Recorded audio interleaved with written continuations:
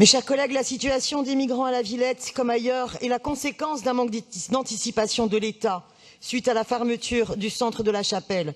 C'est le symptôme récurrent de l'échec de la politique européenne d'accueil des exilés. Mes chers collègues, pensons à ces Soudanais exilés qui ont été expulsés par la France, ces Dublinés, et qui ont été depuis torturés au Soudan. La grande majorité des personnes présentes dans le campement de la Villette comme ailleurs sont Dublinées, c'est-à-dire qu'elles ont laissé leur empreinte dans un autre pays membre de l'Union européenne avant d'arriver en France. Et elles risquent par conséquent d'être conduites dans ce pays.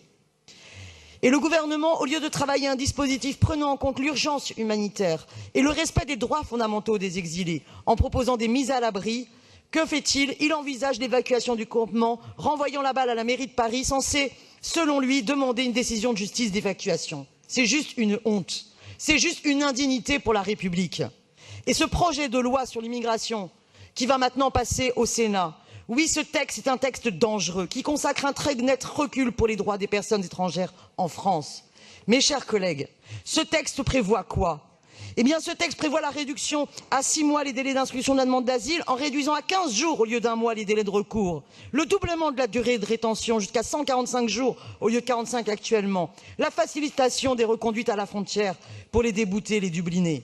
Alors non, ce qu'il faut à tout prix, c'est que notre Conseil de Paris s'engage clairement pour exiger une mise à l'abri des exilés présents dans le campement de la porte de la Villette comme ailleurs, qu'il exige de l'État français qu'il n'applique plus les accords de Dublin, que les exilés de la Villette comme d'ailleurs puissent voir leur demande d'asile étudiée en France, même s'ils ont laissé leur empreinte dans un autre pays, que des moyens soient enfin débloqués immédiatement pour créer les places nécessaires de mise à l'abri pour l'ensemble des exilés, parce que nous sommes face à une urgence humanitaire.